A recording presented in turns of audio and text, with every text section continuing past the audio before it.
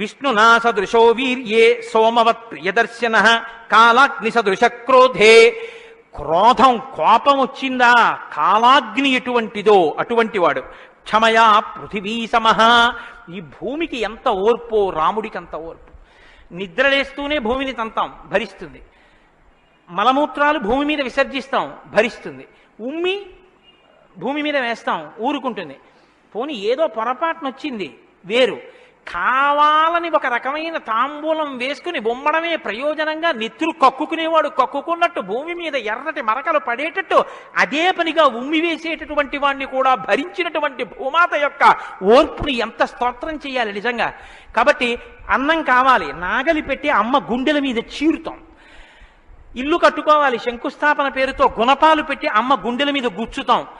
ఆఖరికి ఇంత సంపాదించి ఇంత కీర్తి తెచ్చి మా నాన్నగారు, మా బాబాయ్ గారు, మా మేనమావ, మా ఆయన ఇన్ని బంధుత్వాలు పెట్టుకున్న వాళ్ళు ఆ ఊపిరి ఆగిపోగానే తీసుకెళ్లి బయట చిరిగిపోయిన బొంతో చాపో వేసి పడుకోబెట్టి కొత్త చాప తెచ్చి 4 కర్రలకేసి తాడేసి కట్టి తీసుకెళ్లిపోతుంటే ఆఖరణ పుచ్చుకునేది ఈ తల్లి ఒక్కతే. ఎవ్వరు ఇంట్లో ఒక్క రాత్రి కూడా ఉంచుకోరు. యావత్ పవనో నివసతి దేహే తావత్ పృచ్చతి కుశలంగేహే గతవతి వాయౌ దేహాపాయే భార్యా బిభ్యతి తస్మిన్ కాయే అంటారు శంకర భగవత్పాదులు. అటువంటి ఈ తల్లిది ఎంత ఓర్పో. ఎన్ని అపచారములు చేసినా కూడా కడుపులో పెట్టుకునేటటువంటి అమ్మ స్వరూపమైనటువంటి భూమికి ఎంత ఓర్పుందో అంత ఓర్పు కలిగిన వాడయ్యా రామచంద్రమూర్తి. కాబట్టి ధనదేన సమస్యాగే సత్యే ధర్మ ఇవాపరః. కుబేరుడు ఎంతటి ధనవంతుడో అంతటి మహానుభావుడు, అటువంటి త్యాగం ఉన్నవాడు. సత్యే ధర్మ ఇవాపరః. సత్యము ధర్మము ఒకదాన్నొకటి ఎలా కాపాడుకుని రక్షించుకుంటాయో అలా రక్షించి కాపాడగలిగినటువంటి వాడు. తమేవం గుణ సంపన్నం రామం సత్యపరాక్రమం. ఇన్ని గుణములు కలిగినటువంటి రామచంద్రమూర్తి సాక్షాత్తుగా సత్యపరాక్రముడైనటువంటి వ్యక్తి. ఆయన పరాక్రమం సత్యమే పరాక్రమముగా కలిగినటువంటి వాడు. అటువంటి వాడు రామచంద్రమూర్తిని ఆ రాముని యొక్క కథని సంక్షేపంగా చెప్పారు. సంక్షేపంగా అంటే వివరంగా కాదు, బాగా గుర్తుపెట్టుకోండి.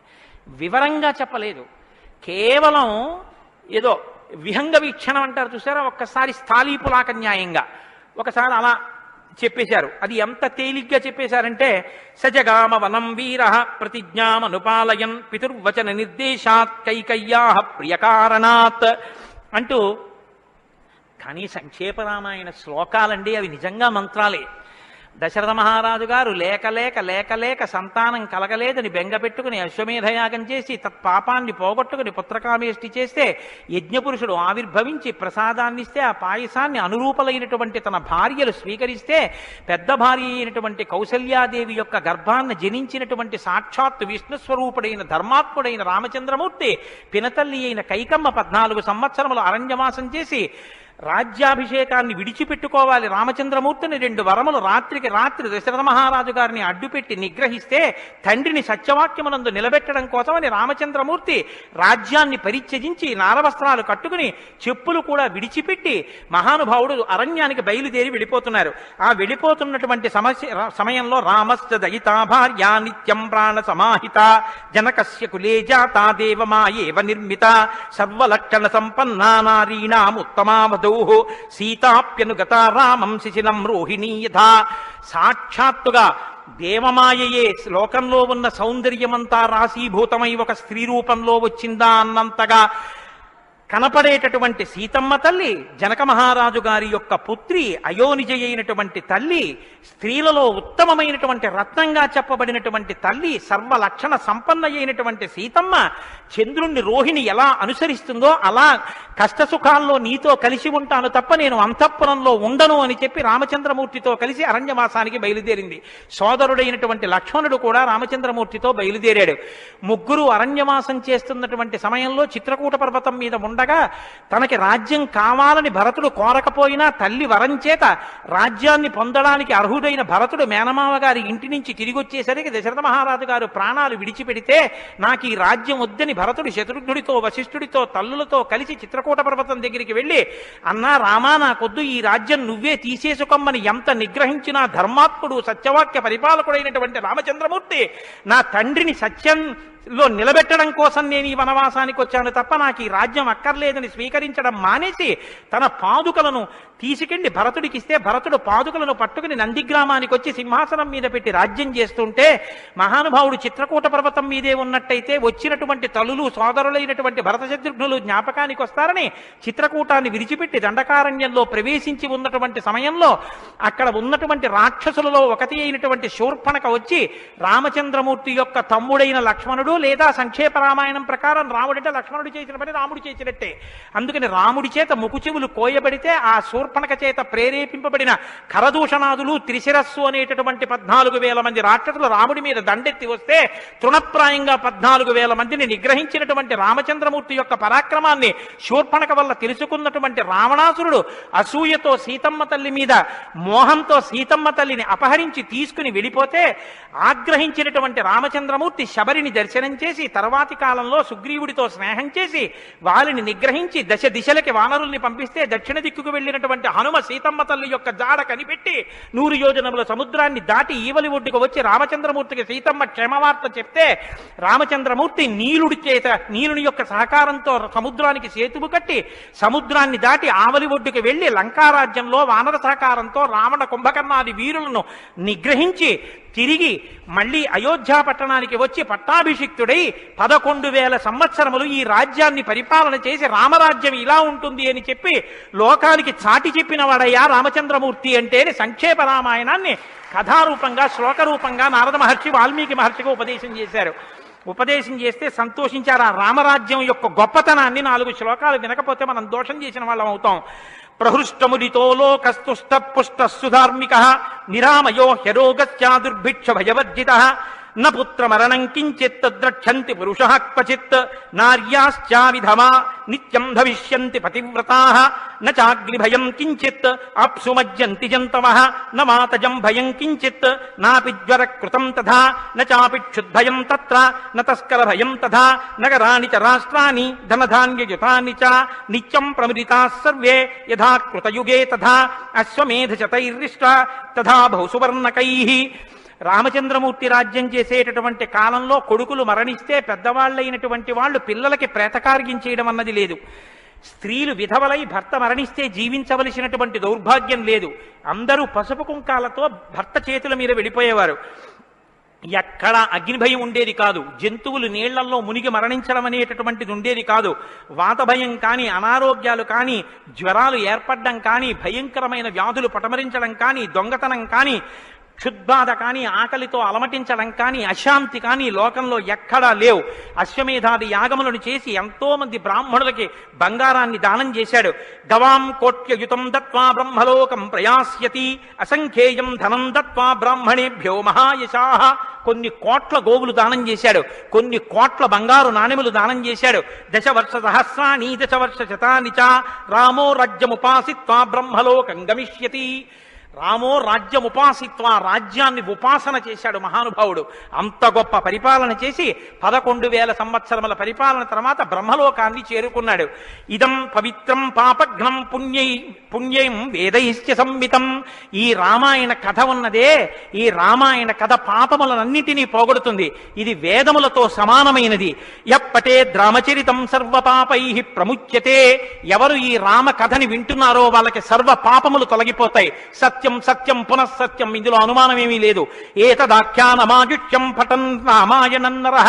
ఎవరు ఈ రామాయణాన్ని చదువుకుంటున్నారో వింటున్నారో వాళ్ళకి ఆయుష్యం నిలబడుతుంది, అపమృత్యు దోషం తొలగిపోతుంది. సపుత్ర పౌత్ర సగణః ప్రేత్య స్వర్గే మహీయతే. పుత్రుల్ని, కొడుకుల్ని, మనవల్ని చూసిన తర్వాత 3 తరాలు చూసిన తర్వాత సంతోషంతో సుఖశాంతులతో ఇహమనందు జీవించి ఆఖర్ర తేలికగా శరీరం నుంచి ప్రాణం విడిపోయి జీవుడు సంతోషంగా భగవన్నామం చెప్తూ స్వర్గలోకాన్ని చేరుకుంటాడు. ఇంతటి గొప్ప అనుభూతిని, ఐశ్వర్యాన్ని అనుగ్రహించగలిగినటువంటి శక్తి కలిగినటువంటిది రామాయణం. కాబట్టి ఎల్లరూ ఈ రామాయణాన్ని చదువుకోవాలి, వినాలి, ధరించాలి అని నారద మహర్షి వాల్మీకి మహర్షికి చెప్తే తదేక ధ్యానంతో ఆ మాలామంత్రంగా వినపడిన సంక్షేప రామాయణాన్ని విని పొంగిపోయిన హృదయంతో తన్మయత్వంతో ఉన్నటువంటి వాల్మీకి మహర్షి యొక్క స్థితి దగ్గర ఇవాల్టి ఉపన్యాసాన్ని పూర్తి చేస్తున్నారు. రేపటి రోజున అసలు ఎలా ఆవిర్భవించిందో, తన్మయత్వంలో ఉన్న వాల్మీకి మహర్షి ఎలా బయలుదేరారో, రామాయణం ఎలా వచ్చిందో, ఏం జరిగిందో ఆ విషయాన్ని మీకు మనవి చేసి రామాయణ కథా ప్రారంభం చేసే అనుగ్రహాన్ని రామచంద్ర ప్రభు నాకు కృపచేయుగాక. రేపు ఖచ్చితంగా 6:30 కథా ప్రారంభం అయిపోతుంది. లేకపోతే 7 రోజుల్లో బాలకాండ పూర్తి కాదు కాబట్టి. మంగళాశాసనపరై మదాచార్య పురోగమై సర్వైశ్చ పూర్వైరాచార్యై సత్కృతాయాస్తు మంగళం. మంగళం కోసలేంద్రాయ మహనీయ గుణాత్మనే చక్రవర్తి తనూజాయ సర్వభౌమాయ మంగళం. ఉమాకాంతాయ కాంతాయ కామితార్థప్రదాయినే శ్రీగిరీశాయ దేవాయ మలినాథాయ మంగళం. కరచరణకృతం వా కర్మవాక్కాయజం వా శ్రవణనైనజం వా మానసం వాపరాధం విహితం వా సర్వమేత్తక్షమస్వ. శివ శివ కరుణాబ్ధే శ్రీ మహాదేవ శంభో. సర్వం శ్రీ ఉమామహేశ్వర పరబ్రహ్మార్పణమస్తు. స్వస్తి. అయ్యా దయచేసి ఏమండి అందరూ ఒక్క నిమిషం కూర్చోండి. కలియుగంలో అత్యంత పవిత్రమైంది అని కదా నేను మీతో మనవి చేశాను రామనామం గురించి.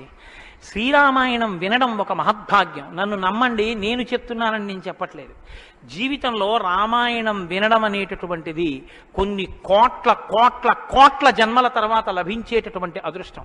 అందున సంపూర్ణ రామాయణం బాలకాండ నుంచి పట్టాభిషేకం వరకు ఏకబిగిన మండల కాలం రామాయణం వినడం అనేటటువంటిది సంభవం అయ్యేటటువంటి విషయం కాదు. అది కేవలం పూర్వపుణ్యం రామానుగ్రహం ఉంటేనే సాధ్యమయ్యేటటువంటి విషయం. అటువంటి రామ కథ విన్న తరువాత మనం కేవలం లేచి వెళ్ళిపోవడం వల్ల ప్రయోజనం కన్నా రామనామాన్ని చెప్పి వెడితే చాలా బాగుంటుంది. రామనామం కేవలం రామ అనడం కన్నా పెద్దలు మనకు ఒక మార్గాన్ని ఇచ్చారు. రామ రామ రామ అని 3 మాటలంటే ఆ రోజున వాళ్ళు విష్ణు సహస్రం చెప్పిన ఫలితం. అది ఇంట్లో అంటేనే అంత ఫలితం ఇస్తే ఒక దేవాలయ ప్రాంగణంలో, అది జగద్గురు పీఠ ప్రాంగణంలో ఎంత శక్తివంతం ఆలోచించండి. అందుకే రామ రామ రామ 1000 ఎలా అవుతుందని మీకు అనుమానం ఉండొచ్చు. అక్షరాల్ని అంకెల్లోకి మార్చే సంప్రదాయం ఉంది. 2 మా 5 రామ రామ రామ అంటే 2 5 2 × 5 × 2 × 5 × 2 × 5 2 5 10 10 2 20 20 100 100 200 205 1000 సహస్రనామ తత్తుల్యం రామనామ వరాననే. కాబట్టి శ్రీరామ రామ రామ అంటే విష్ణు సహస్రం చెప్పి వెళ్ళిపోయినట్టు. కాబట్టి నేను మకుటం అంటూ ఉంటాను. మకుటం మీరందరూ కానీ నేను దానికి వివరణం ఒకటి అంటూ ఉంటాను. మీరు మీ అందరూ కూడా చక్కగాను రామనామము రామనామము రమ్యమైనది రామనామము అని మీరంటారు. ఉండండి ఉండండి, మీ త్వర చాలా గొప్పది. అలా అంటే రామనామము రామనామము రమ్యమైనది రామనామము అలా అన్నప్పుడు 3 మాటలు రామ రామ రామ అంటారు. మీరు ఎన్ని మాటలు అన్నారో అన్ని మాటలు విష్ణు సహస్రం చెప్పింది. పైగా మీరు ఒకటి గుర్తు పెట్టుకోండి, నేను పూర్తి విశ్వాసంతో చెప్తున్నాను. వ్యక్తిగత అనుభవాలు వేదికల మీద చెప్పడం నాకు ఇష్టం ఉండదు. శ్రీరామాయణం జరగడానికి అందరికన్నా ముందే స్వామి హనుమ వస్తారు. అందుకే రామాయణం చెప్పేటప్పుడు హనుమ కోసం ఒక ఆసనం వేస్తారు. ప్రచ్ఛన్న రూపంలో వచ్చి కూర్చుంటారు. అదిగో ఆ ఆసనం, అది రామచంద్రమూర్తి పాదాల దగ్గర ఖాళీగా ఉంచిన ఆసనం ఎవరికంటే హనుమ కొరకు. దాని మీద వారు కూర్చుంటారు. అందుకే పుష్పాలంకారంతో శోభింపచేస్తారు. ఆయనకి ఆ పూలహారం వేశాను. రామనామం చెప్తుంటే ఆయన ఇలా చూస్తూ ఎవరా రామనామం చెప్తున్నారో పొంగిపోతారట. రాముడు హనుమ ప్రీతి పొందేస్తారు. ఎంత అసలు సీతమ్మ పరవశించిపోతుంది. నేను మీకు ఇప్పుడే చెప్పాను, వాక్కు ఉన్నది ఒక్క మనుష్య జన్మకే. అది మన భాగ్య విశేషం చెప్పగలగడం. రోజు అలాని మీతో నేనేం గంట సేపు చెప్పించను. ఒక్క 11 పర్యాయాలు అందులో నాకు ఏది అనిపించాలనిపిస్తే అవి అనిపిస్తూ ఉంటాను. నేను వివరణతో కూడిన మాట అంటాను, మీరు రామనామము రామనామము రమ్యమైనది రామనామము. నేను గొప్పకి చెప్పట్లేదు, మీతో మాట మనవి చేస్తా. నేను అయ్యప్ప స్వామి దేవాలయంలో సంపూర్ణ రామాయణ ప్రవచనం చేసిన రోజుల్లో ఇది అనిపించేవాళ్ళం. రామాయణం అయిపోయిన తర్వాత రామాయణం సీడీలు ప్రపంచవ్యాప్తంగా అన్ని దేశాలకి వెళ్ళాయి. అయితే అమెరికా నుంచి నాకు ఫోన్లు వచ్చాయి, గురుగారు ఒక్కసారి వినండి అని. వాళ్ళు ప్రతిరోజు రామాయణం వినేటప్పుడు ఖాళీ కుర్చీ వేసి టేప్ రికార్డర్ పెట్టి 6:25 అవుతుంటే కోటేశ్వరరావు ఉపన్యాసానికి వస్తున్నారని భావన చేసుకుని వాళ్ళు టేప్ రికార్డర్ ఆన్ చేసి ఉపన్యాసం వినేసి నేను చెప్తుంటే వాళ్ళు రామనామం చెప్తూ అమెరికాలో వాళ్ళందరూ కలిసి పట్టాభిషేకానికి ఊరేగింపుగా ఉపన్యాసంలో ఎలా చెప్పానో అలా వెళ్ళి పట్టాభిషేకం చేస్తూ వాళ్ళు ఫోన్లో నాకు వినిపించారు.